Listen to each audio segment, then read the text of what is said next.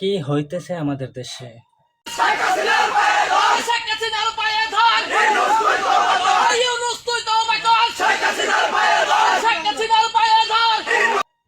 অবশেষে কি সত্যি প্রধানমন্ত্রীর পায়ে ধরতে হবে ডক্টর ইউনূসকে?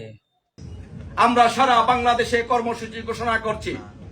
আমরা শেখ হাসিনা সংগ্রাম পরিষদ মনে করি শেখ হাসিনা বাংলাদেশের সাংবিধানিক এবং নির্বাচিত প্রধানমন্ত্রী। সেনাপ্রধানের দিক থেকে মূল ভেটোটা ছিল যে ডক্টর মোহাম্মদ ইউনূস কেন, why not any other person. Doctor Mohammad ইউনূসের নামে মামলা আছে, তিনি একজন কনভিক্টেড পারসন। একজন কনভিক্টেড পারসন আসলে কিভাবে একটা দেশের প্রধান উপদেষ্টা হতে পারে? আওয়ামী লীগ একটা লোককে একেবারেই দেখতে পাচ্ছে না, এবং বাংলাদেশে তো আলটিমেটলি 30-40% পিপল আওয়ামী লীগকে সাপোর্ট করে।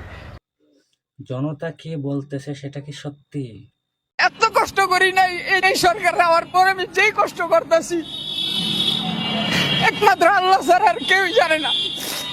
আপনারা আমার ফ্যামিলি যে যোগাযোগ করে দেখেন কি কষ্টে যে আসি ভাই, আল্লাহ ছাড়া কেউ জানে না। এই দোকানে ঋণ, ওই দোকানে ঋণ, ওই দোকানে ঋণ দিয়া ভইরা লইছি। এই বিগত এই যে এই সরকার হওয়ার পর কোনোদিন ঋণ ছিলাম না।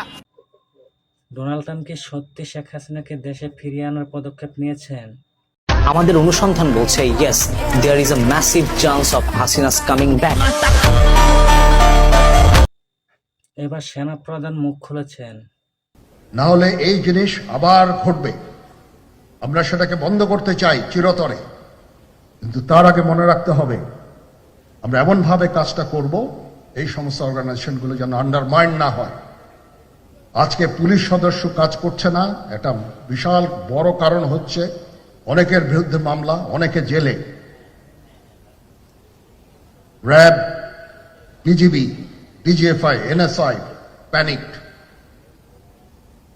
বিভিন্ন দোষারোপ, খুন ইত্যাদি তদন্ত চলছে।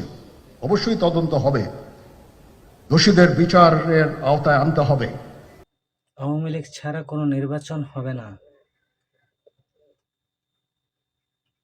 সেটা জনগণের আশ্বাস। কিসের স্বাধীনতা? বলেন তো, দ্বিতীয় স্বাধীনতা আনছেন? কিসের স্বাধীনতা? স্বাধীন দেশ কয়বার হয়? কিসের স্বাধীনতা? স্বাধীন তো একবারই হচ্ছে ৭১ সালে। সেই স্বাধীনতা ২৪-এ আবার কিসের স্বাধীনতা? যদি দেশ দ্বিতীয়বার স্বাধীন হয় তাহলে আমরা জিম্মি কেন? কেন আজকে আমরা জিম্মি? সবার কাছে কেন জিম্মি? আজ পুলিশ প্রশাসনও কেন জিম্মি? সেনা প্রধান কেন জিম্মি? রাষ্ট্রপ্রধান কেন জিম্মি? উচিত কথা বললে মা বেজার আর গরম ভাতে বিলাই বেজার। এই ভিডিওটা সর্বোচ্চ শেয়ার করে দিবেন, প্রত্যেকটা মানুষ যেন ভাই দেখতে পারে।